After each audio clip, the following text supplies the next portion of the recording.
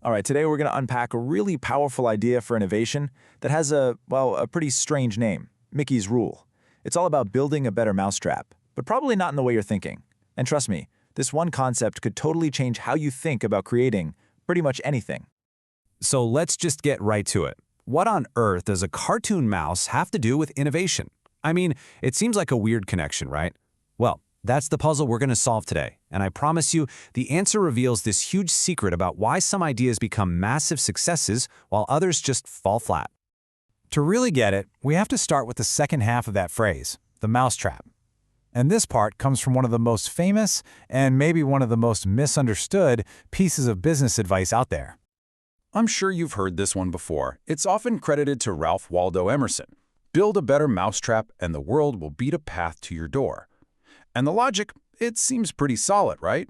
You make something that is technically, objectively better, and of course, people will want it. Success is basically guaranteed. But, and this is a big but, that thinking has a name.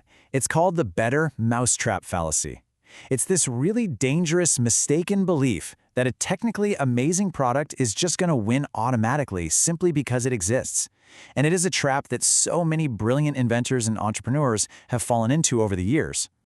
Because here's the honest truth. A better product doesn't always win, not even close.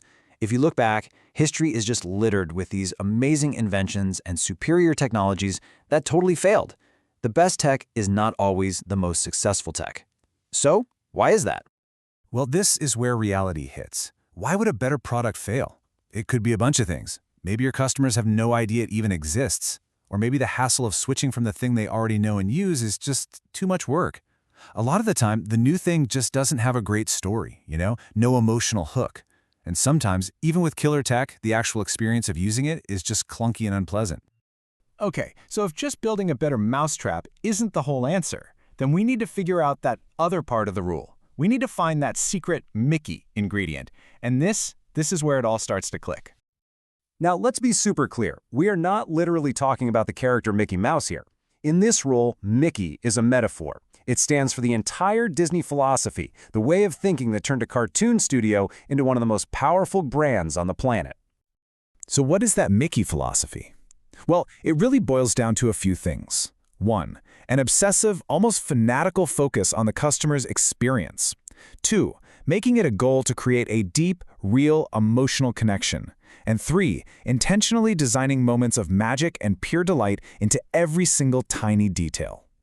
And you can see how different these two mindsets are when you put them side by side. The old mousetrap approach, its focus is the product. The goal is efficiency, and the metric for success is performance. But the Mickey approach? The focus is the experience. The goal is delight, and you measure your success with emotion. They're just two totally different ways of looking at the very same problem. So the real secret here, the real power, isn't about choosing one of these over the other. Not at all. It's what happens when you combine them, when you put them both together. This is where we get the big answer. And here it is, the full definition, Mickey's Rule. True game-changing innovation needs both things. It needs a functionally superior product, that's your better mousetrap, and it needs an unforgettable emotional customer experience. That's your Mickey. You absolutely have to have both. So, if you remember just one thing, let it be this. The crucial point is that innovation has to be functional and emotional. It doesn't just have to work better, it has to feel better. It needs to solve a problem and create a connection at the same time. That's the secret sauce. Okay, so that's the big idea. But how do you actually apply this? Because this isn't just some fun theory, it's a really practical framework. Let's talk about how you can find your own magic and put this rule to work on whatever it is you're building. It's really a simple three-step process. First, you've got to perfect the function. Build that better mousetrap. Make it work perfectly. Make it genuinely better than what's out there. Then, step 2, identify the emotion. You have to literally ask yourself, how do I want my user to feel when they use this? Do you want them to feel clever, safe, inspired, joyful? Pick an emotion. And finally, step 3, you design the experience. You intentionally engineer those little moments of magic and delight that will actually create that feeling you're aiming for. So let's just quickly recap the big takeaways here. Number 1, a fantastic product all by itself is not enough to guarantee you'll succeed. Number 2, the customer's experience isn't just a nice to have, it's a critical part of innovation. 3, Emotion is the engine. It's what gets people to try your product and stick with it. And finally, if you really want to win, you have to combine function with feeling. And that leaves us with one final, really important question for you to think about.